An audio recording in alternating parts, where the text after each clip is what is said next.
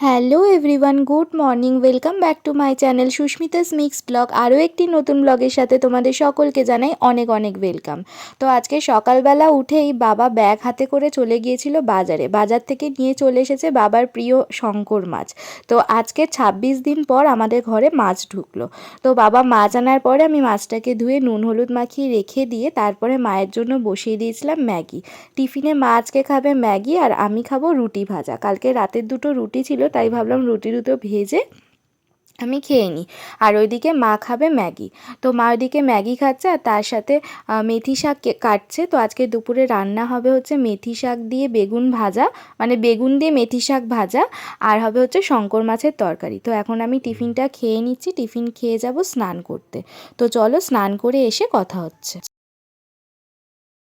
তো স্নান করে চলে এসেছি আর এসেই বসে পড়েছি আলু কাটতে। মা ওইদিকে শাকটা কাটছিল, তো শাক কাটা হয়ে গেছে। মা বললো যে মা শাকটা ভাজা করছে, ততক্ষণে আমি আলুটা কেটে দিলে তারপরে মা মাছের তরকারিটা বসিয়ে দেবে। তো এদিকে আলু কেটে ধুয়ে রেখে দিয়েছি আর পেঁয়াজ আদা রসুন টমেটো ধনেপাতা সমস্ত কিছু কুড়ে রেডি করে দিয়েছি। মা এবারে রান্নাটা বসাবে। ইভিনিং ফ্রেন্ডস, এখন বাজে 6:45 মতন, 7টা বাজতে 10 মিনিট বাকি। তো আজকে আমার বর একটু তাড়াতাড়ি চলে এসেছে অফিস থেকে, কারণ সকালে একটু তাড়াতাড়ি গিয়েছিল। তো এই যে আর আজকে বিকালবেলা আমরা আর কেউ চা খাইনি, মানে আমি আর মা এখনো চা খাইনি। ভেবেছিলাম ও ফিরলে তারপরে একসাথে চা খাবো। তো মা বললো যে চা করতে না, কফি করতে। তো মা গেছে কফি আনতে, আমি এদিকে দুধটাকে গরম বসিয়ে দিয়েছি, ও গেছে ফ্রেশ হতে।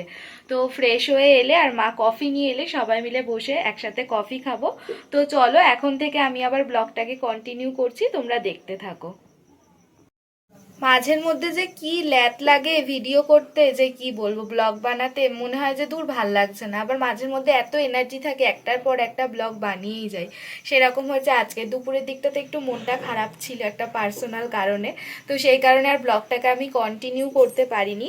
তো যাই হোক, আমার নিজে নিজেই মন খারাপ হয়, আবার নিজে নিজে মন ঠিক হয়ে যায়। আমার মন খারাপের জন্যও কাউকে লাগে না, মন ভালো করার জন্যও কাউকে লাগে না। তো চলো কফিটা বানিয়ে নিই, তারপর তোমাদের সাথে কথা হচ্ছে।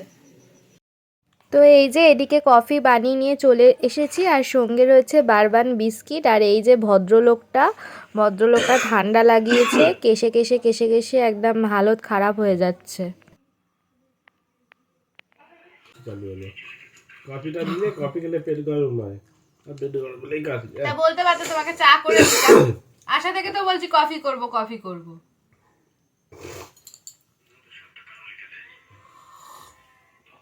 নিজে ঠান্ডায় ঘুরেছে, রাত্রিবেলা ঘুরে ঠান্ডা লাগিয়েছে, কাশি হচ্ছে, সর্দি হয়েছে, বলছে নাকি ঠান্ডা আমার জন্য লেগেছে।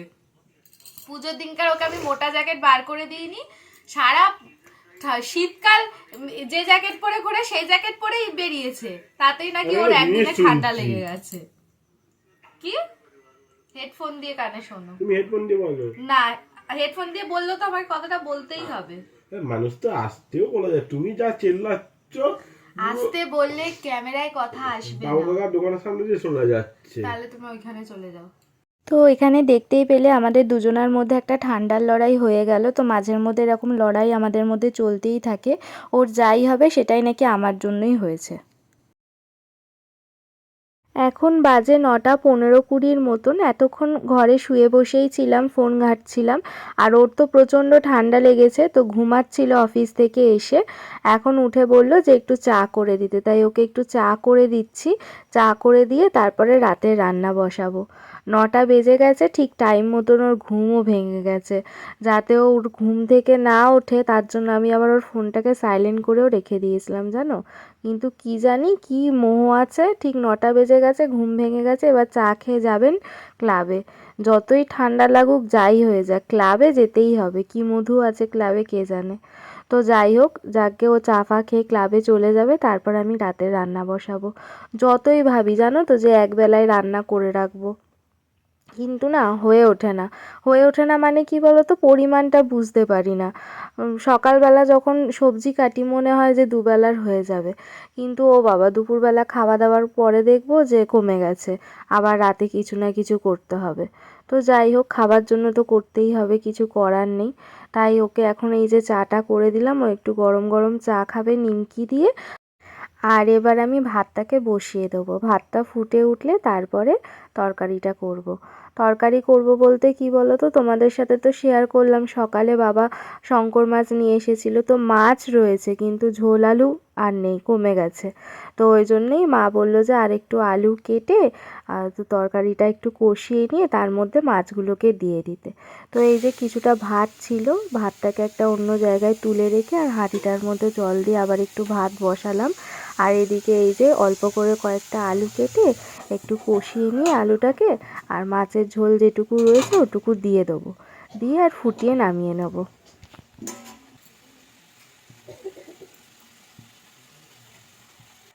তো দেখো, তোমাদের সাথে বক বক করতে করতে এদিকে আমার মাছের তরকারিটাও প্রায় হয়ে এসেছে। এবার জল ঢেলে দেবো, আলুটা সিদ্ধ হবে।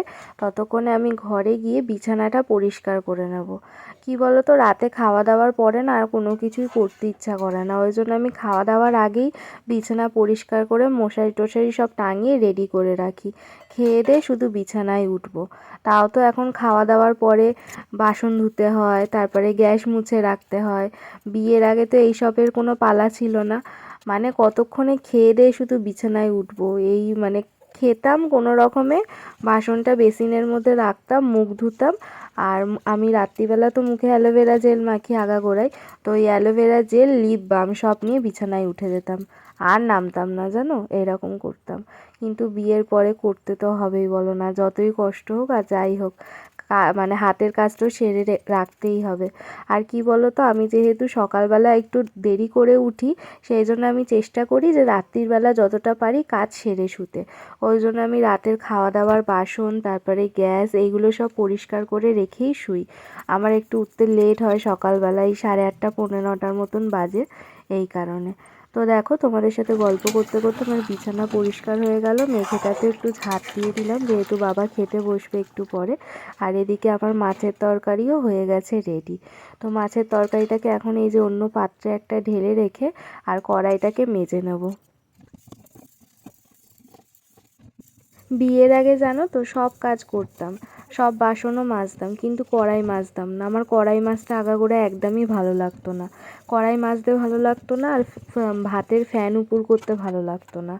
কিন্তু কি করব, বিয়ের পরে তো করতেই হবে। এখানে ভালো লাগা না লাগার কোনো জায়গা নেই, এখানে সংসারে তো কাজ করতেই হবে। তাই আমার মা এখন বলে বলে আগে কি ছিল আর এখন কি হয়েছে। সেটাই হয় বলো, বিয়ের আগে মেয়েদের জীবনে একরকম থাকে আর বিয়ের পরে আর এক রকম হয়ে যায়। তো এই যে আমার ভাত তরকারি সব হয়ে গেছে, তো ভাত তরকারিগুলো ঘরের ভেতর রেখে দিয়ে এলাম, বাবা খেতে বসবে। রেখে দিয়ে এসে আর এই যে গ্যাসটাকে আমি ভালো করে পরিষ্কার করে মুছে নিচ্ছি। আজকে যেহেতু মাছ রান্না হয়েছে, তাই একেবারে একটু সাবান দিয়ে ভালো করে পরিষ্কার করে নিলাম। আর গ্যাসের ওপরে ভাত তরকারি কিছু রাখবো না, ওই সাইডে রেখে দেবো। তো এদিকের কাজ কমপ্লিট করে এখন আমি চলে এসেছি ঘরে। আর ঘরে এসে এই যে দেখো, এই টাওয়াল, বিছানার চাদর, এগুলো সব কয়েকদিন ধরেই তুলে রাখা ছিল পুজোর আগে থেকে। তো এগুলোকে এখন ভিজিয়ে দেবো। রাতে ভিজিয়ে দিলে না নোংরাটা ভালোভাবে ছেড়ে যায়, আর সকাল সকাল উঠে কেচে দিলে তাড়াতাড়ি শুকিয়েও যাবে। তো বাবার খাওয়া হয়ে গেছে, এখন এই যে মা খেতে বসে পড়েছে। আর ও ক্লাব থেকে এলে আমরা দুজনে খেয়ে নেব।